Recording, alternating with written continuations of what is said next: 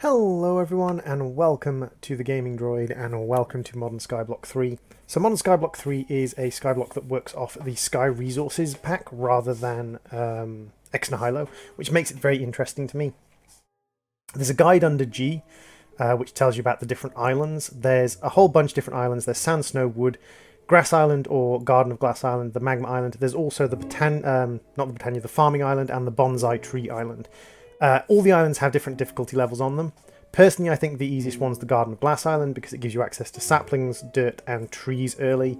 Grass Island gives you dirt and trees early. Wood Island is pretty simple, pretty easy, but without the guide it would be a bit more complicated. Snow Island is a little bit harder and the Sand Island is a little bit harder than these. The Magma, Bonsai, and Farming Island are all very difficult. But this only really determines the starting difficulty. As soon as you get dirt, a tree, and cobblestone generation, even just dirt and a tree, basically all the islands kind of homogenize into the same quest pack. And the mod pack acknowledges this by saying that it all starts here, dirt and a tree. So if we get dirt and a tree, we basically get to the same point. If people would like to see me start on every single island and get to dirt and a tree, that I'll be happy to do that. But for now, I think we're going to create a sand island. Island, create sand, not create sand island. We're going to create a sand island. And we're going to start with the sand island. Now, once we complete this quest, we'll be given a choice, which we'll talk about down the line. But the first thing we have to do is we have to get needles, which is shift right clicking, as it explains in here. We have to shift right click to get needles. Now, normally you take 1 damage per needle that you pluck. But if you have an auto clicker or you have mouse keys enabled, I have mouse keys enabled, and I have the double click and single click from mouse keys, we can get a lot more needles for a very cheap price.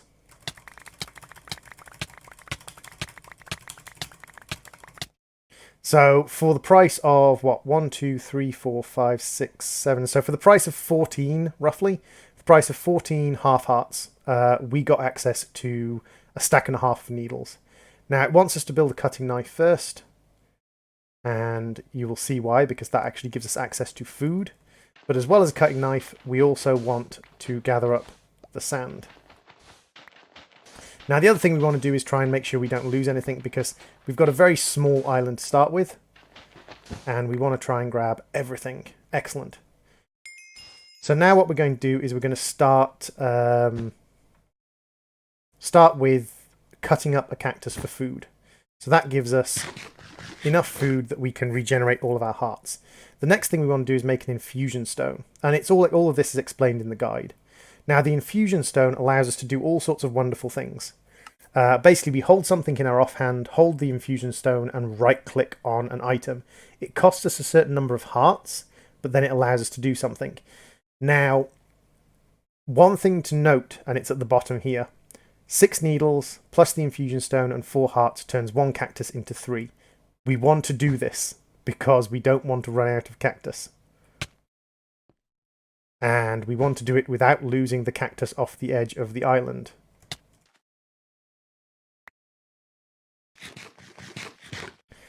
Let's see if we can build a kind of little thing like this and see if maybe that will help us not lose our cactus quite so annoyingly.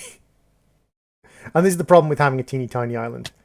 You don't want to be losing your cactus. Yeah, it hits the block at the back. That's good.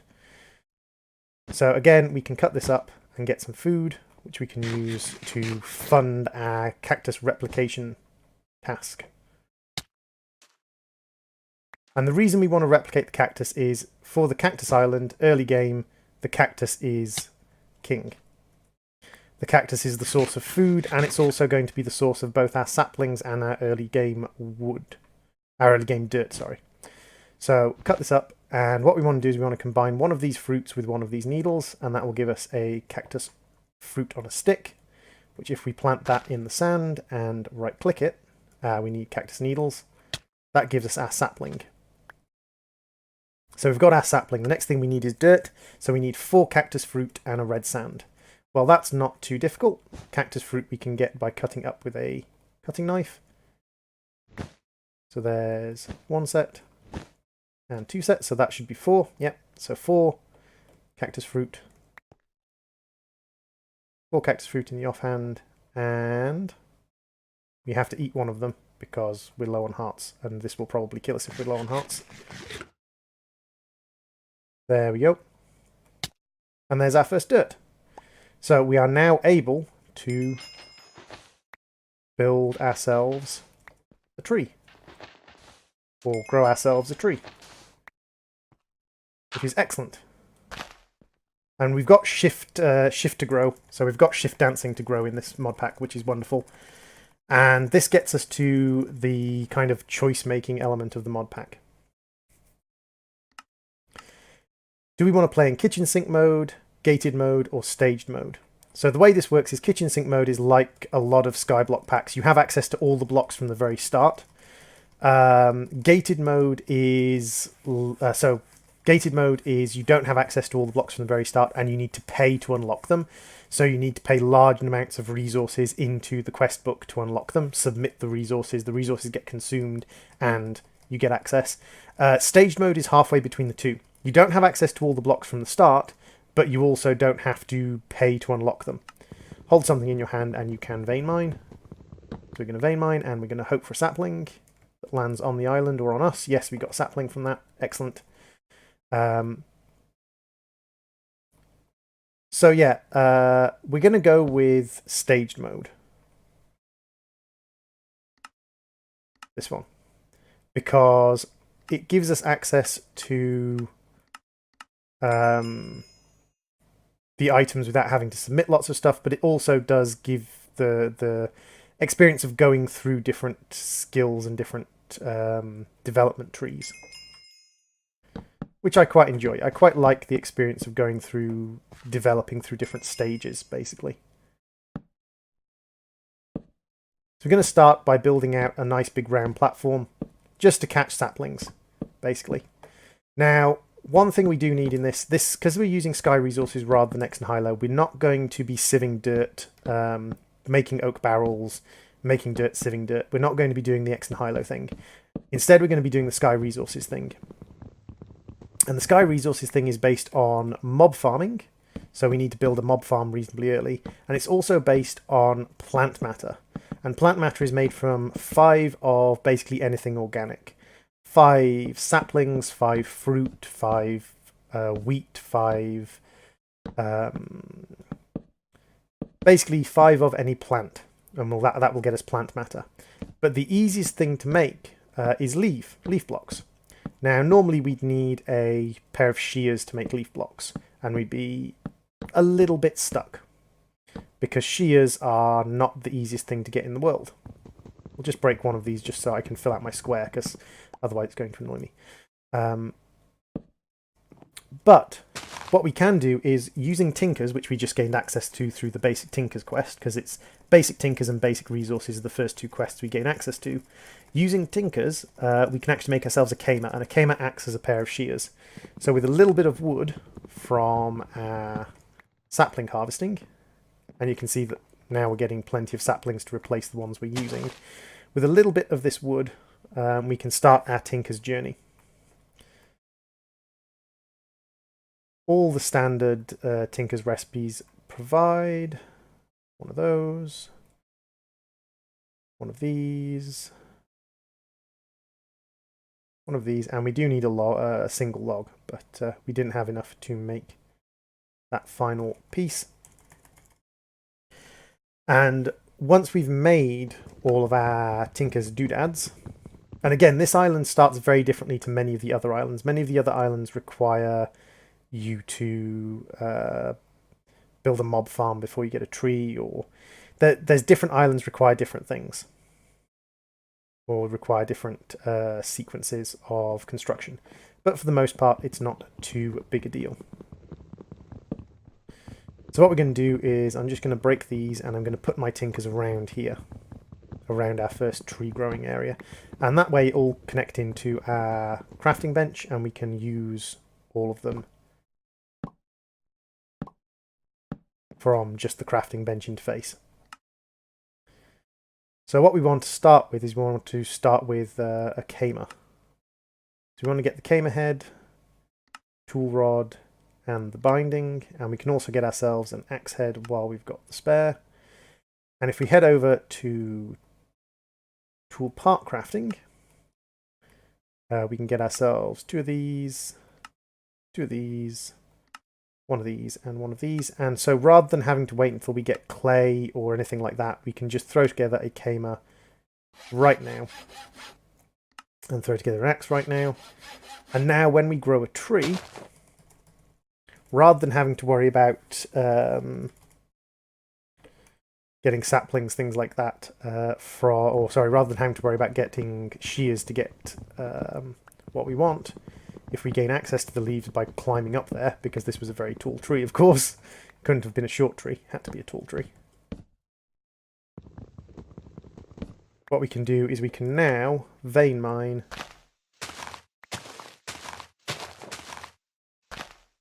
with our Kamer, and that gives us access to all of these leaves as a source of plant matter.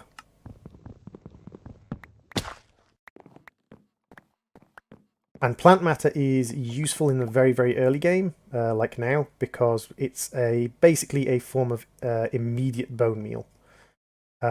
It's bone meal that has no lead time to it.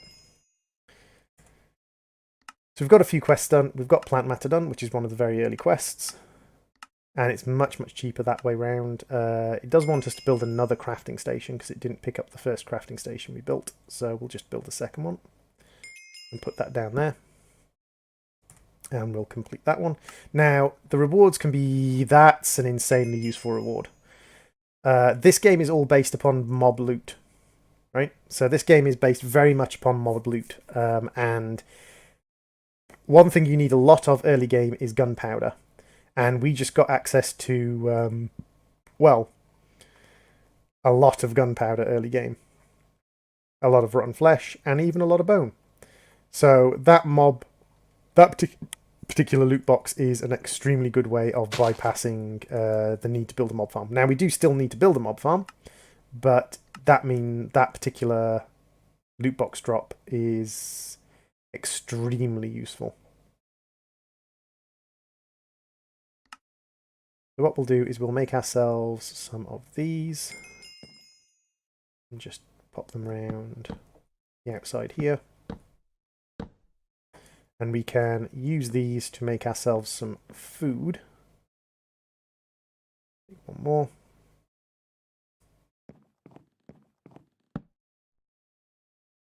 And those will make us some basic food source as well.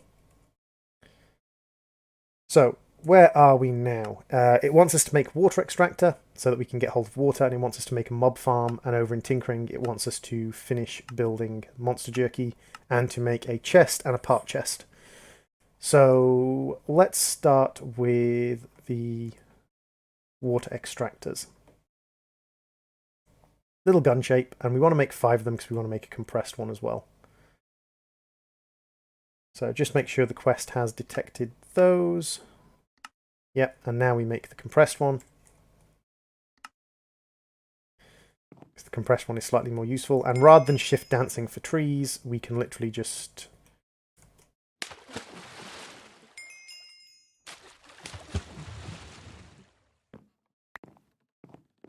We can literally just create a tree by popping it with a little bit of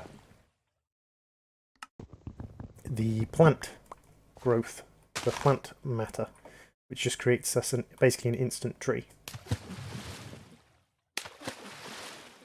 And having this nice wide platform to start with means we're not missing out on these saplings that occasionally drop as we're gathering water. We're up to 1.5 buckets, so one more tree should be enough to get us an infinite water source.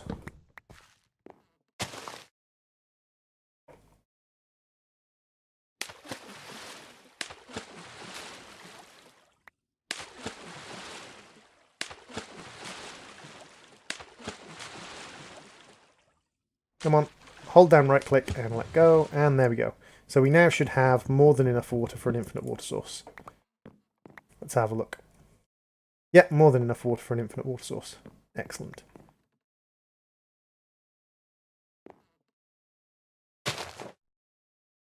Grow a tree just because we can.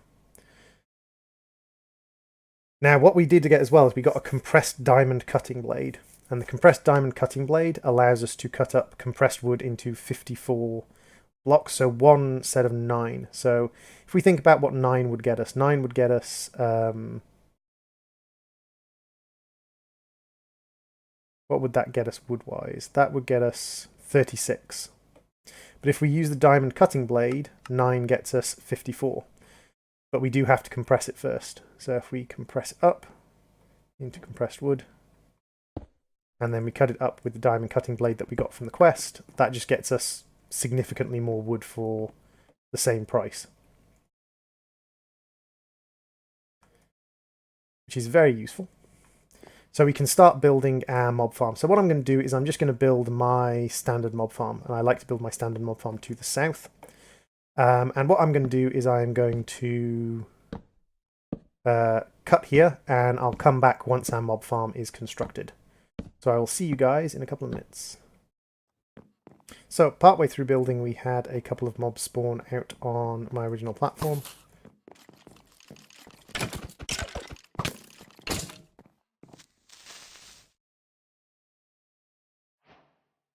Now, luckily, we have a ability to fall through a platform over and over again. And we're going to land with half heart. Oh no, we're going to land and die. Huh. That's an odd thing, I suppose, because I was quite low on hearts anyway. What we will do is we will deal with the fact that mobs spawned here by... yeah, this was my own fault. I didn't plank up this area. So we had some mobs spawn. Which was my own fault. But we'll get back to building our mob farm. As you can see, we are most of the way through. I think we'll grab a bit more wood and finish building the mob farm. And I will see you all once the mob farm is finished. A little bit disappointed to have died so early on, but yeah. Basic mistake, don't make the same mistake as me. Make sure you remember to close off your early game area before you go away and build a mob farm.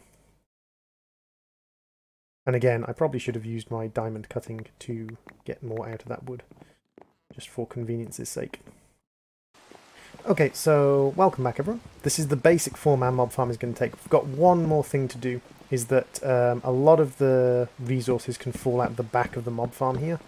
So we're just going to tidy up the back of the mob farm by putting in some slabs at the back, just to make sure resources can't fall out the back when they pop out of the foot level of the mob. Because resources pop out the mob at the bottom block the mob is occupying. So if the mob is occupying this block down here, then the resources are going to pop out the bottom block. And when they pop out, they are sort of launched in random directions. And if you are unlucky, things can fall out the back. So we're just going to lock all of that down so stuff can't fall out the back of it. And then we're going to add the final layer of slabs at the front. All of the headroom and things like that is all done on half slab, so nothing can spawn on the top. And this, I like doing this wraparound design. Some people do this in a straight line design. I like the wraparound design just because there's more spawning space for the same amount of standing area. And you can also fit a reasonably large spawning space within a single chunk. So basically, if I open the chunk, or if I zoom in on my mini-map, you'll be able to see this area is not in the same chunk, this area is not in the same chunk, but all of this is a single chunk. So if I load this chunk later on, or if I sort of lock this chunk into being loaded later on, I will have a nice big spawning area. Now, while we were building the spawner, we did complete the quest for water, and we also completed the quest for drying racks. So we'll grab those, and we'll just see if we get any decent loot, and then I think I will call the episode there, and we'll come back in the next episode. So, nothing absolutely spectacular, really. Some very mediocre loot when it comes right down to it. Thank you all for watching. I've been the Gaming Droid. This has been Modern Skyblock 3, and I will see you all as we continue down the stage lines in the next episode. Bye-bye, everybody!